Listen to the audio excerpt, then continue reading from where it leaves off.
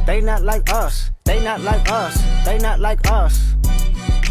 They not. ሰላም ጤና ይስጥልኝ ውድ የኢትዮ ሆቴል ፖድካስት ተከታታዮቻችን እንደምን አላችሁ? በባለፈው ፕሮግራማችን ላይ ሆቴሎች የመኝታ ሽያጫቸውን እንዴት ነው የሚቆጣጠሩት፣ ለእንግዶቻቸውስ የመኝታ ሽያጭ እንዴት ነው የሚያቀርቡት የሚለውን ለማየት ሞክረናል።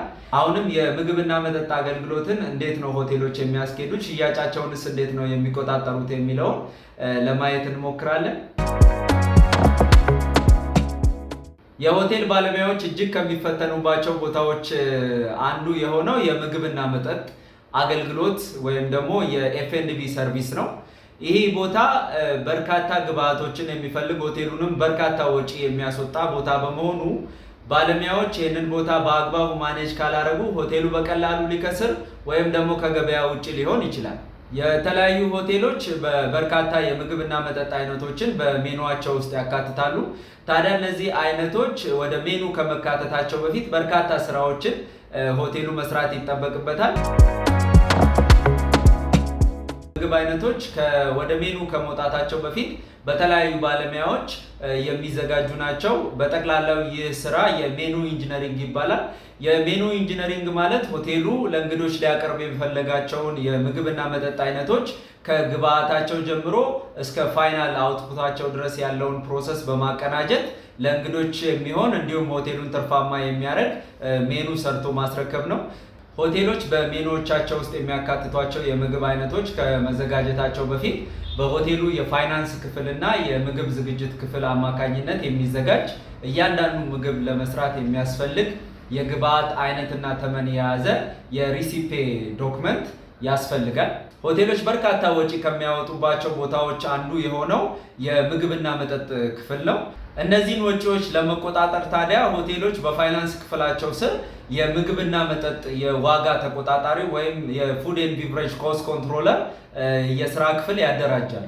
ይሄ የስራ ክፍል ዋነኛ ተግባሩ ሆቴሉ የሚያስገባቸውን የምግብና መጠጥ አቅርቦቶች ጥራት በመለየት ወደ ሆቴሉ እንዲገቡ ማድረግና የሆቴሉ የምግብ ዝግጅት ክፍልም እነዚህን ግብአቶች በአግባቡ እንዲጠቀም ቁጥጥር ማድረግ ነው።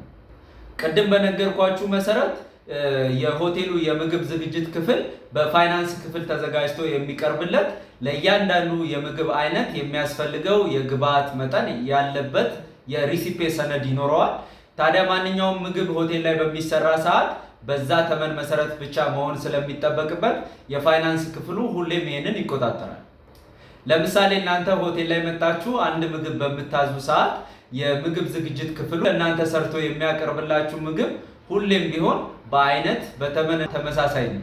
የሚሆነበት ምክንያት የምግብ ዝግጅት ክፍሉ ምግቡን ከማዘጋጀቱ በፊት ተሰርቶ የተቀመጠ የግብአት አይነትና ተመን ያለበት ሰነድ ስላለው እዚህ ሰነድ ላይ በምግብ ውስጥ መካተት ያለባቸው እያንዳንዱ አይነት ግብአቶች አይነታቸውና መጠናቸው በግልጽ ተጠቅሶ የተቀመጠ በመሆኑ ማንኛውም በሆቴሎች ላይ የሚሰሩ የምግብ ዝግጅት ባለሙያዎች ይህንን ሰነድ በቀላሉ በማየት ምግቦችን ለእንግዶች ያዘጋጃሉ።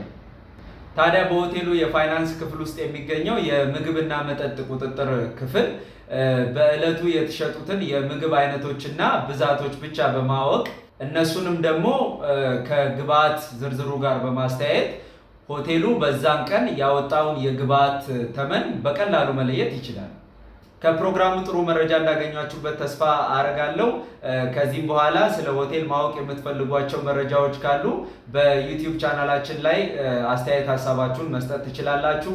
ለነበረን ቆይታ በጣም እናመሰግናለን። ኢትዮ ሆቴል ፖድካስት የሚለውን የዩቲዩብ ቻናላችንን ሰብስክራይብ በማድረግ ቤተሰብ እንድትሆኑ በአክብሮት እንጋብዛለን። ሰላም ነው። They not like us. They not like us. They not like us.